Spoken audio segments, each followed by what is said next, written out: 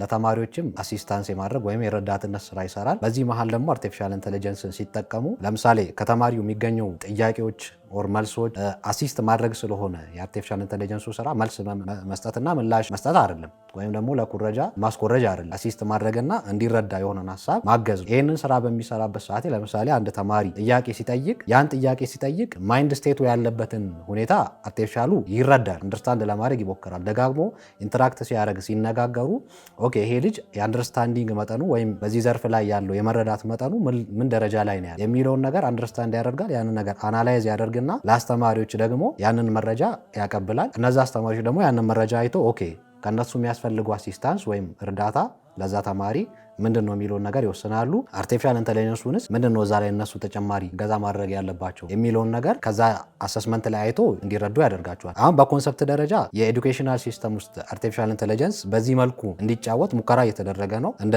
ካን አካዳሚ የሚባል አለ። በሙከራ ደረጃ አሜሪካ ላይ ወደ 600,000 ተማሪዎችን በስሩ አቅፎ ኦልሬዲ አፕላይ አድርጎ እየሰሩ ነው ያሉት። በጣም አሪፍ በጣም ጥሩ ውጤት ነው እያሳየ ያለው። ግን ሀሳቡ ኮንሰፕቱ ምንድነው?